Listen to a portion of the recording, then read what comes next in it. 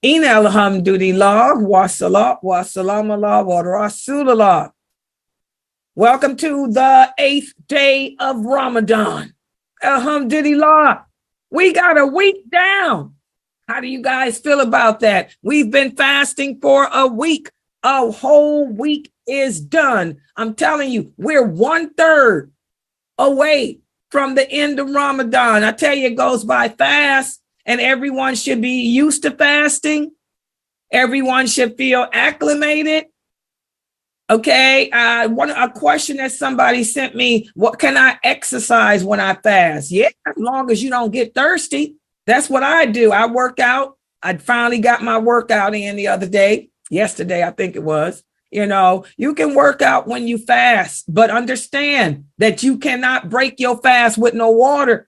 That's the only thing. When I exercised, I did it while I was still fasting. No, I did it right before, I did it at 5 a.m. My schedule is crazy. Y'all know that. I'm up all night. I worked out at 5 o'clock in the morning. So I was still able to fast because I know that water is important for me. So yes, exercising does not break the fast, but understand you can't use exercising as an excuse to break your fast either. Okay. But yeah, you can work out. So this is the 8th day. We're going into the second week of fasting. And we spent the first week of fasting speaking about the virtues of reaching that station with Allah, that station of consciousness of Him, that station of fear of Him. When we say we fear Allah, we fear His punishment. You don't want to do anything that would make Him angry. You don't want to disappoint Him. You want to have Allah pleased with you. So this is why Allah has imposed fasting upon us. And as we go into the second week, you want to try to do the deeds that will bring about that consciousness of Him, performing your prayers and performing them correctly. Of the fact that you're fasting, you're in here learning your religion, inshallah, for those of you who are doing it right, you should right now in this second week, you should begin to see the signs of taqwa Allah. What are some of the signs that I am on the road to righteousness? Because that's what taqwa Allah means, consciousness. Fear of Allah that causes you to become a righteous Muslim. Well, this second week of Ramadan should it should manifest. And that's what we're going to speak about today. Oh, what is this? Let me put the PowerPoint up here on the screen because this is what we're going to speak about today. The personal benefits or the manifestation that you have reached that level, that station of righteousness. It'll start to show during this week. And one of the ways it may show is this. How many of you have been having beautiful dreams lately? I had a sister ask a question yesterday. She said, Sister Layla, I've been having such sweet dreams since Ramadan began.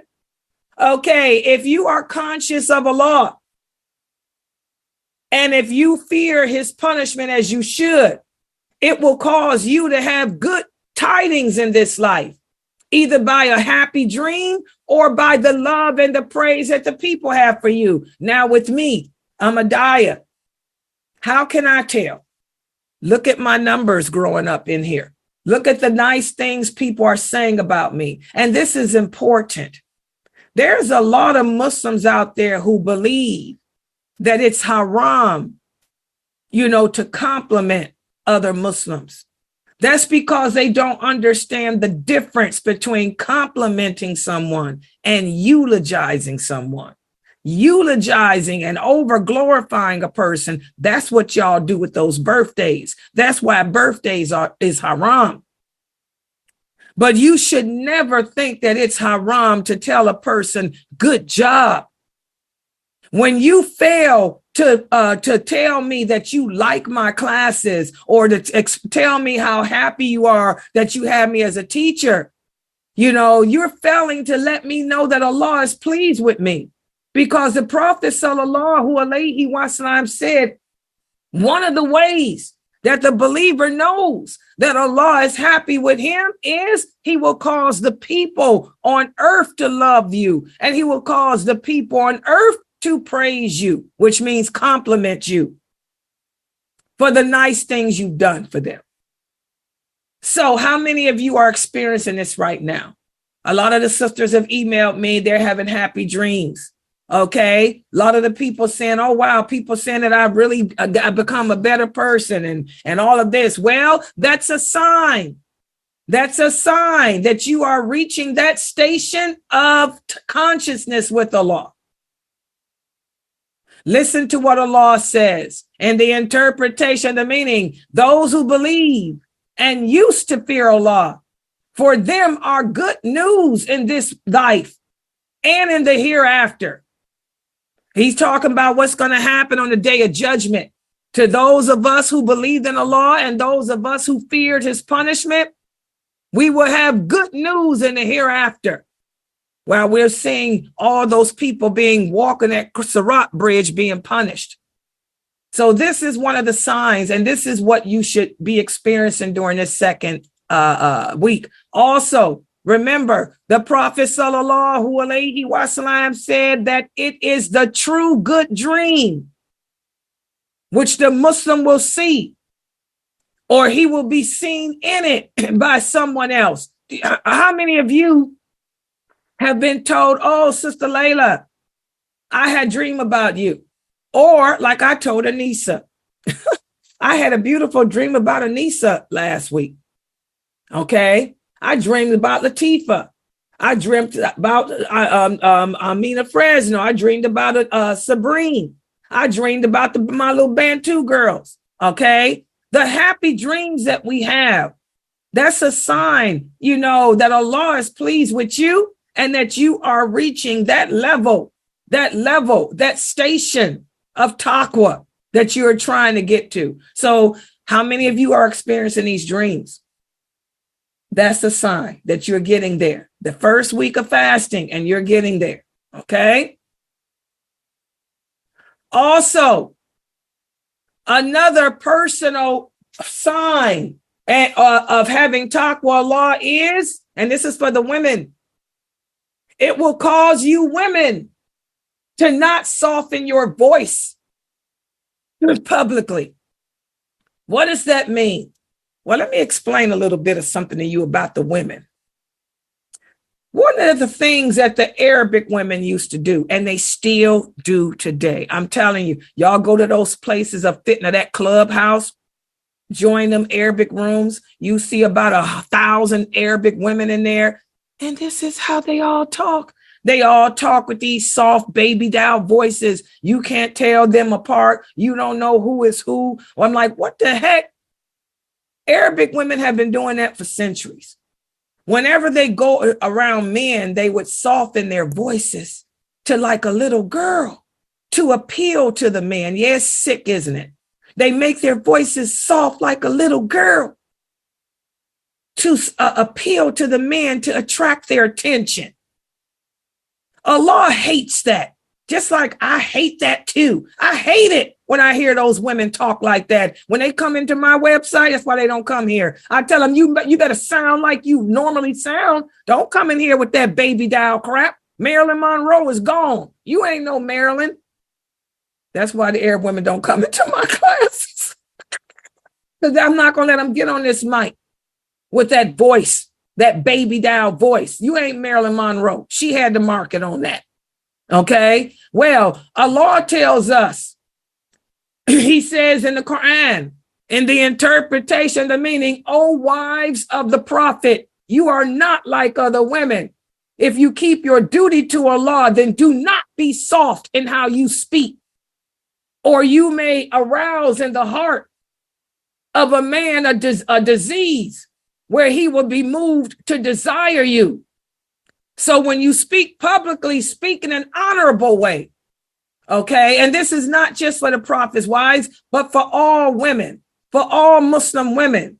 When we are speaking publicly, you sitting there with the Arabic women, a lot of them are doing it on purpose because they want to stir up desire in the men's heart, because they're looking for a husband, most of them. Okay. This is haram. You will get a husband, all right, but you're going to get one that's going to bang your head into a wall somewhere. Righteous women are for righteous men. Irrighteous women are for irrighteous men. Softening those voices, you ain't going to find nothing but a bad man, because a good man ain't going to give you the time of day, because he knows that this is haram. A woman's voice is not order. I repeat, a woman's voice is not order. What does that mean? A woman's voice is not part of her nakedness. A woman's voice is not part of her nakedness. But when a woman speaks publicly, her voice should sound like me. The way I'm speaking, this is how Aisha spoke. Aisha led an army of over 300,000 men in battle. She was loud. This is how she spoke. And she did not have a hijab on her face either. By the way, covering your face is not a requirement in Islam at all, period. That's cultural. That ain't got nothing to do with religion. Okay? Also, the daughter of the prophet, Fatima, they said that she could speak well too.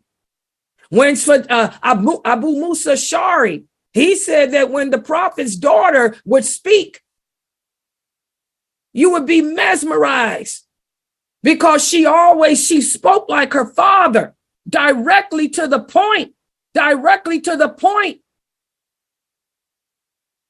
These women did not have soft voices. They were not going out trying to sound like a baby doll. Salama. When Salama spoke, Abu Musa Ash'ari said, first of all, for those of you who don't know, Salama, let me tell y'all a little bit about her. She's one of the wives of the prophet.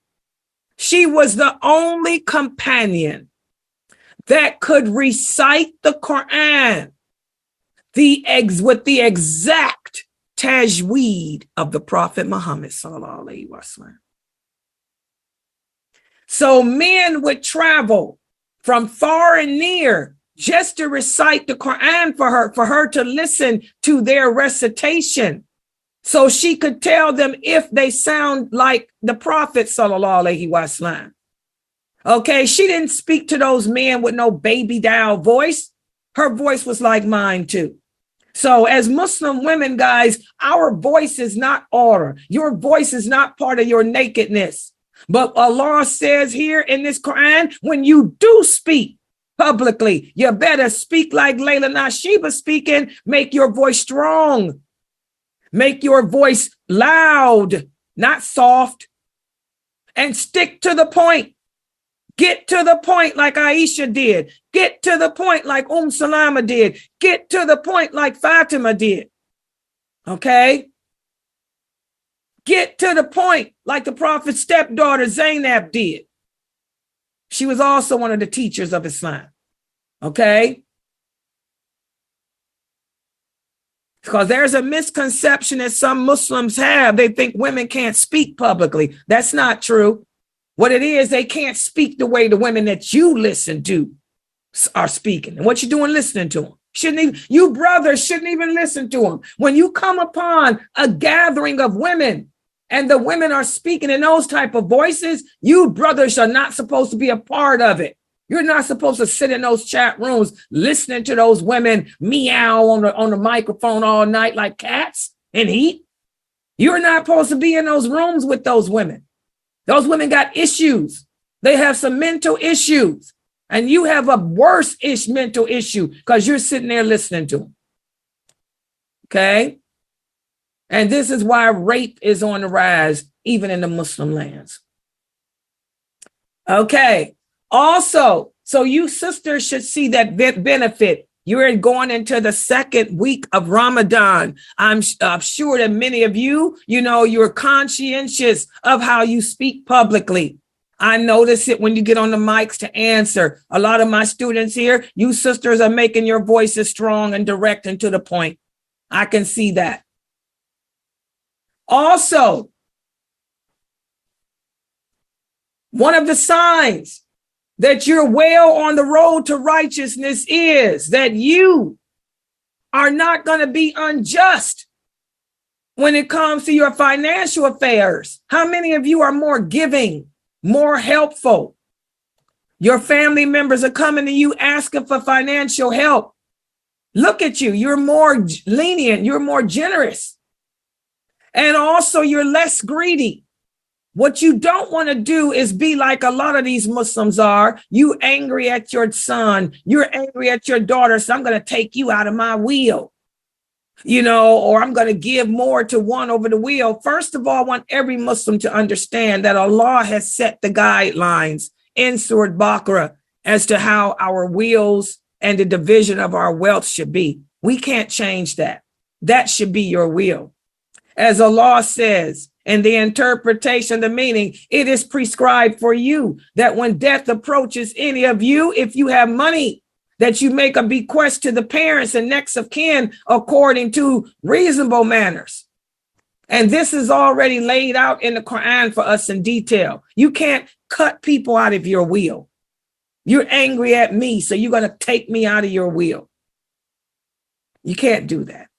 But a lot of parents do. A lot of my Bantu students come to me and tell me that their father, oh, if you don't do what I want you to do, I'm going to take you out of my will. This is haram.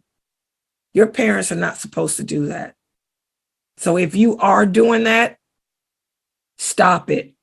And inshallah, if you're on the road to righteousness during this second week of fasting, you should have already stopped it. Okay, you should find yourself more generous and just in how you handle things financially. Also,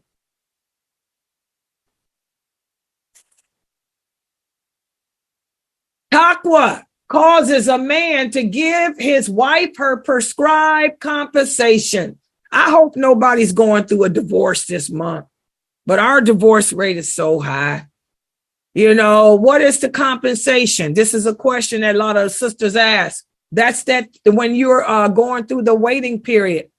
If your husband divorces you for that 3 menstrual cycles, or 3 months, whichever comes first, your husband's supposed to continue to pay your bills for you until the end of that time. Okay, if a man is a righteous man, he'll do it. If he's not, he won't. Also, having taqwa, Allah will cause you to not lose your good deeds. Now, this is what we should all be aiming for during this month. We're going into the second month of fasting. All the good deeds that you collected during the first week, you don't want to lose them. Because as the fast goes on, the days get longer. You don't want to blow it, guys. You want to keep this spiritual connection to Allah going for the whole month. You don't want to get so lackadaisy where you say, I don't care. I'm going to go back to cursing. I'm going to go back to arguing and fighting. I'm going to go back to my old ways. I'm going to start smoking. I'm going to throw these Nicoderm patches off and I'm just going to go back to smoking. You do not want to lose the good deeds that you accumulated. You want to keep it moving, guys. You want to keep growing your deeds. You don't want to lose them. If you are truly on a road to righteousness, you're going to do everything in your power to keep those deeds and not lose them. Okay? And also, if you are well on the road to righteousness, it's going to make you even more determined to learn as much as you can about Allah, about this religion, and to get closer to him. Many of you, I see it. Because look at you, you're inspired. I see on YouTube a lot of the new people, and I'm so happy to have met them. These are good Muslims, very good Muslims here on YouTube. And mashallah, I love the fact how they keep coming back and, I just want to learn more. Sister Layla, my eyes have been opened to so much. That's a sign of taqwa, Allah, that you are reaching that status, that station of taqwa with Allah, that you want to continue to learn even more about this deen. You want to continue to grow even more. And you will. as the days go on in Ramadan. Okay, so mashallah, these benefits should be happening to you guys now. I see it with a lot of you. A lot of you are eager to learn more. I know I hear it from a lot of you. You don't want to lose the good deeds that you've attained. So these are all good signs that you're well on the road to righteousness. Okay, I'm going to stop right here. Inshallah, tomorrow, I'm going to take it to the rules of fasting again. Tomorrow, we're going to go back to the fiqh of fasting. We're going to go over some more of the things we should be doing during these fasting days, and some of the things we're going to talk about what does not break your fast, because I'm getting a lot of that. By the way, guys, does anybody here think that brushing the teeth breaks the fast? Does anyone here think that brushing the teeth breaks the fast? It doesn't. No. Good as long job. as you don't swallow the water. Exactly. And even if you swallow it accidentally, it doesn't break it. Only if you deliberately sit there and drinking water does it break. Okay. You can brush your teeth and use mouthwash. Okay. All right. Any questions before I sign out? They're telling me that I got 4 minutes before I break my fast. Oh, wow. It went by quick. Guess it did. You just woke up. No, I was up earlier, though. I was up all morning. Yeah.